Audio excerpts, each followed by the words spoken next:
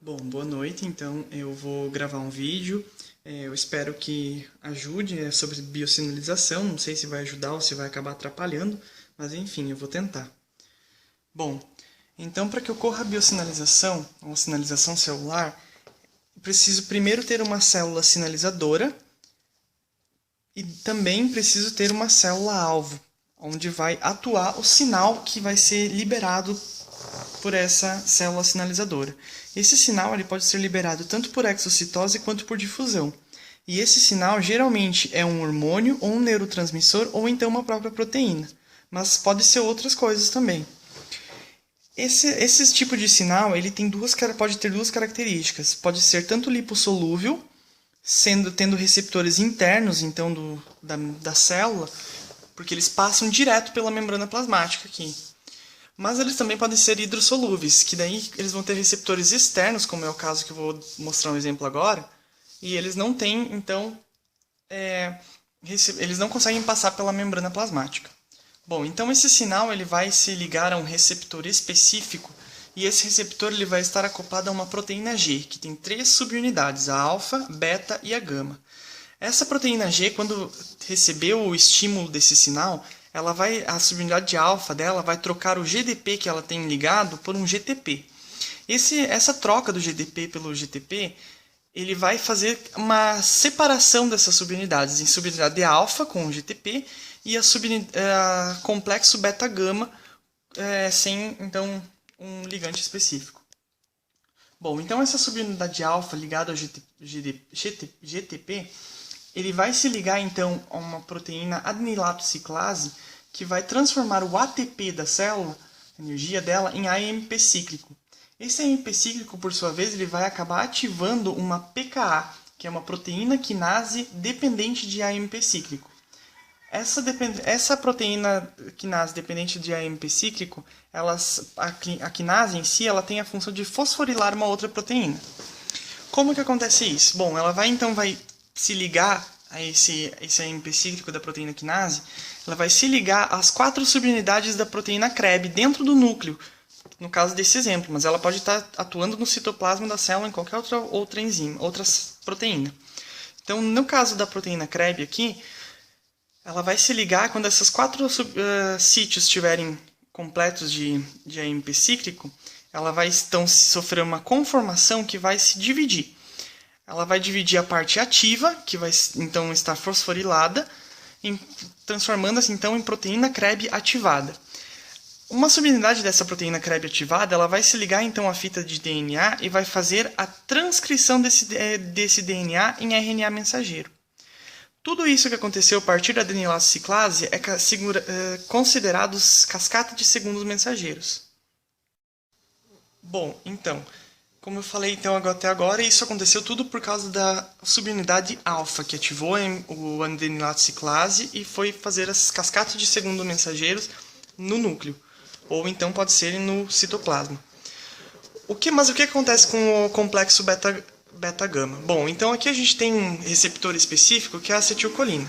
A acetilcolina ela pode se ligar a dois tipos de receptores, os muscarínicos e os nicotínicos.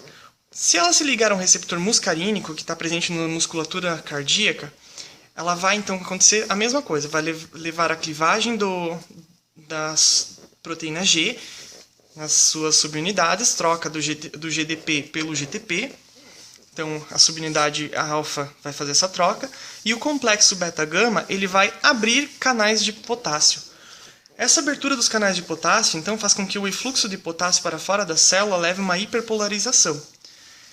Essa hiperpolarização ela vai vai ter um caráter inibitório para as células. O que acontece? Isso como acontece nos músculos, na musculatura cardíaca, ela vai gerar no sistema nervoso parasimpático uma baixa na frequência cardíaca. Ao contrário, aconteceria no sistema nervoso parasimpático, com a adrenalina, então aqui como ligante sinal, e aumentaria então a frequência cardíaca. Esse processo de hiperpolarização, então, ele é controlado pela hidrólise do GTP em GDP.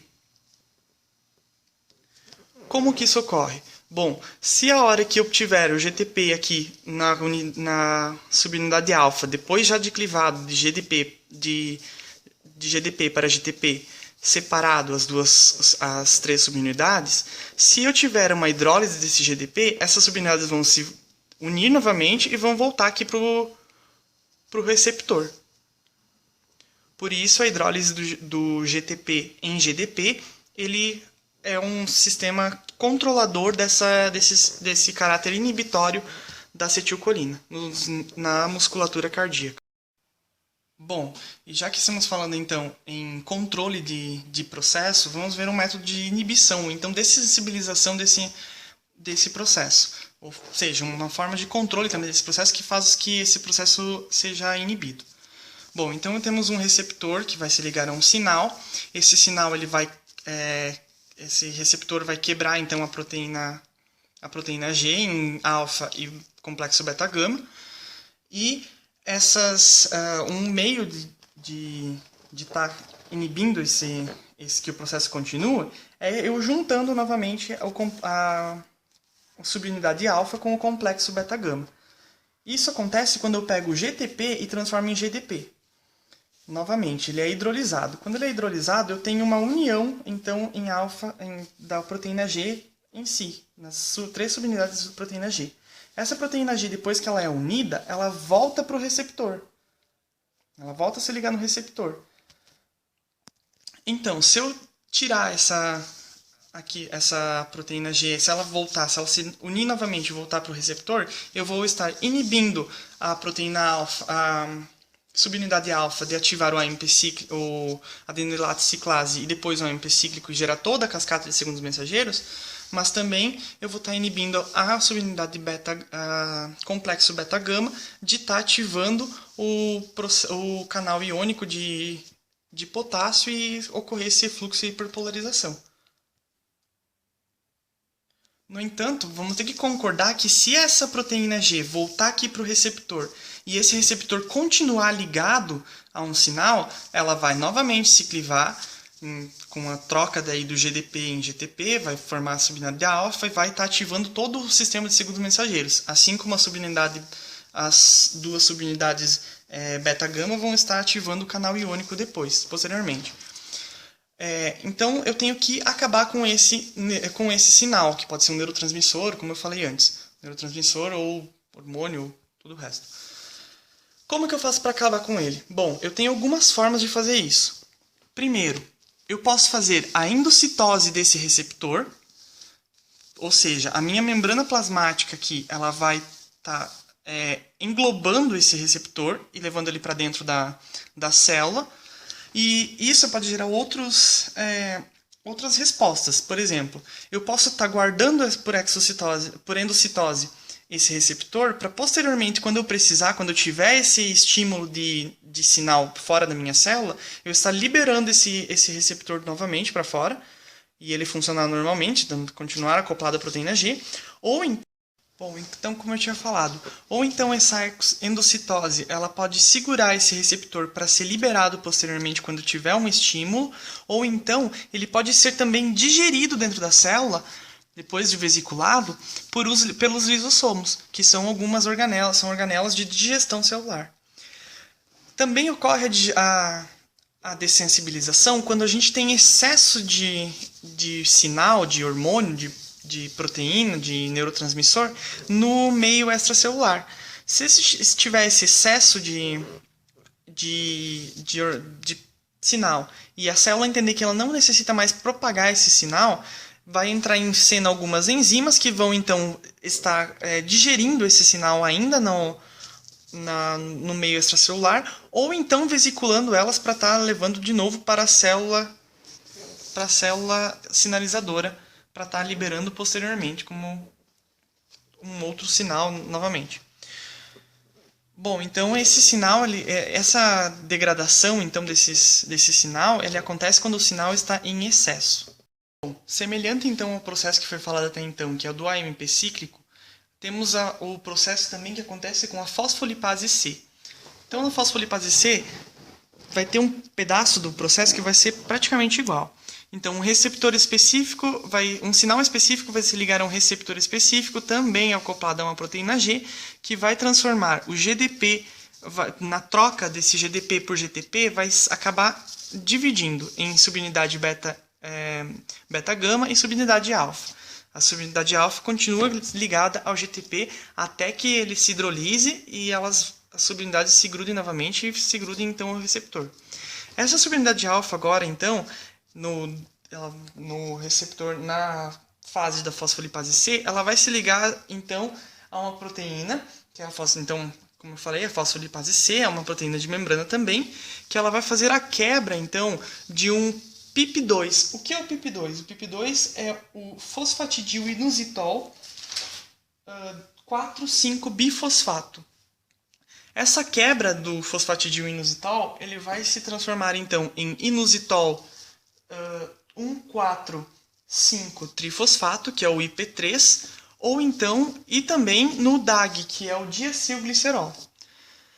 Essas duas subunidades agora do PIP2, elas vão gerar alguns comandos para dentro da célula, um estilo de uma cascata de segundo mensageiros também.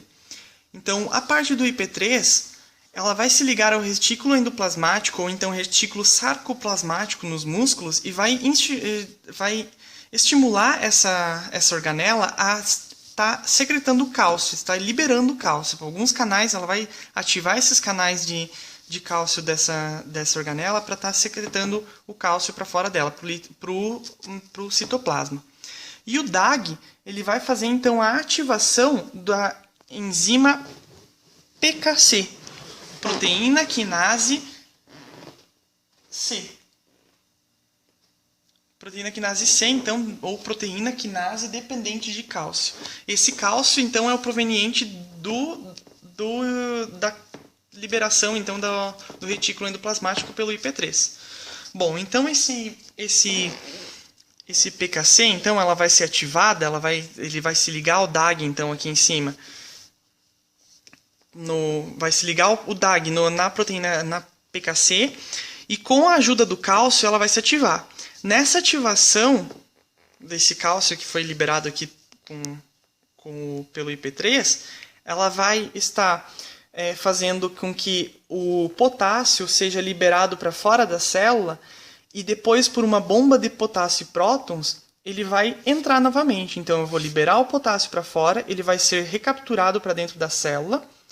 E só que para isso tem que ter uma troca. Essa entrada do potássio, ela vai fazer com que prótons sejam jogados para fora, ou seja, o hidrogênio ionizado. Nessa passagem do hidrogênio ionizado também vai abrir o canal de cloreto. E o cloreto também vai ser jogado para fora. Isso acontece no estômago principalmente, porque o cloreto e o hidrogênio, o próton, eles vão se unir depois para formar o HCl no estômago, no lume do estômago. Então esse processo todo, ele é ativado então pela histamina, pela acetilcolina e também pela gastrina. Bom, mas esse processo então de biosinalização, ele não acaba por aí. Tem outros processos de biosinalização que eu vou estar falando posteriormente em um outro vídeo talvez, que são os processos que envolvem o cálcio, então, como um mediador de biosinalização, e também envolve alguns receptores que usam as enzimas, que são receptores